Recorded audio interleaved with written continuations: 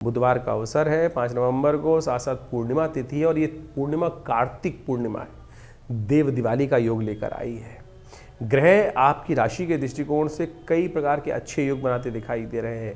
एक तरह से नया उल्लास, नया विषय आपके समक्ष आपके लिए अच्छा रहेगा। शास्त्र के दृष्टिकोण से शुक्र परिवर्तन कर कर आपके अंदर एक नया आनंद का योग बनाते दिखाई दे रहे हैं, लेकिन थोड़ा ध्यान रखना पड़ेगा। मंगल महाराज इन दिनों अमंगल की स्थिति है। आप केवल कुछ नेगेटिव प्रकार के लोगों के बीच में फंस जाओगे तो नेगेटिव हो जाओगे, ध्यान रखना।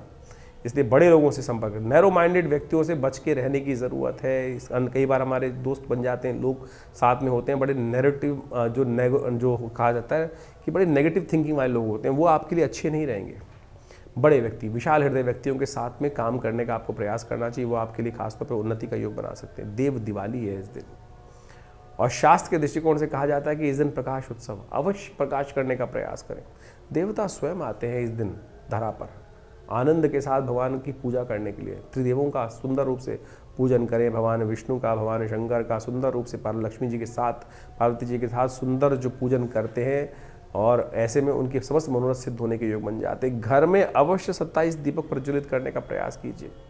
ये देव दिवाली एक ऐसा पर्व है, दिवाली तो आप मना चुके हैं अमावस्या के दिन, लेकिन वो अमावस्या की दिवाली थी जो भगवान राम के आगमन पे हुई थी। लेकिन ये दिवाली जो है, जो देव दिवाली है, जिसको वास्तविक दिवाली कहा जाता है, जिसको देवता भी इस धरा पर मनाने आते हैं, उसको काशी के घाटों में तो आज भी वो परंपरा है, लेकिन धीरे धीरे पूरे और सब क्षेत्रों से ये परंपरा धीरे धीरे कहीं ना कहीं लोप होती चली गई है। ये प्रकाश का पर्व है। गुरु नानक देव जी की जयंती भी प्रकाश उत्सव के रूप में मनाई जाती है इस दिन। तो वास्तविक तौर पर बहुत शुभ दिवस है।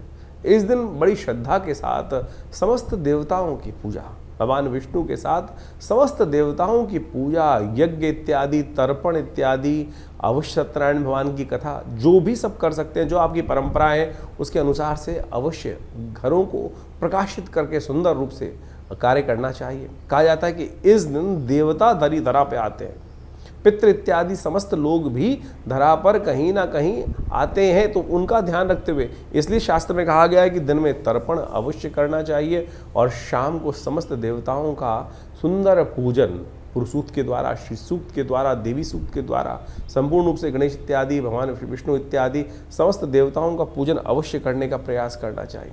और इस कार्तिक पूर्णिमा में स्नान कर कर दीप का दान और दीप को प्रवाहित करना शास्त्र में बताया गया है। तो इसको कर लेने से कहा जाता है कि व्यक्ति के जीवन के समस्त कष्ट, चाहे कैसा भी पाप जीवन में व्यक्ति के द्वारा हो गया हो, उससे निवृत्ति का मार्ग एक दीप दान से हो जाता है।